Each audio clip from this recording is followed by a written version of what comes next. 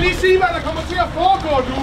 Det her det er måske meget symptomatisk med det universitet, man er ved at skabe, og der vil blive skabt et universitet, hvor halvdelen af folkene står udenfor og fryser, mens underviserne sidder og spekulerer over, hvorfor universitetet har så fuldstændig sindssygt dårlig økonomi.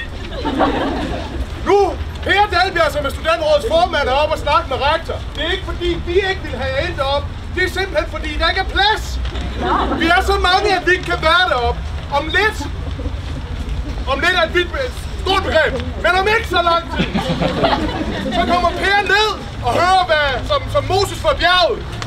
Han var ikke det samme sådan fine budskab, men forhåbentlig med en udstrakt hånd til os, at vi som studerende vil få et universitet, som giver plads til alle.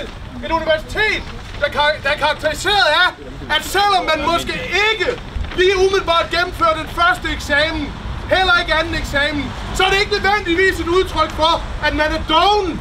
Så er det nok et udtryk for, at der har været andre ting i ens liv på det tidspunkt. Det mener vi!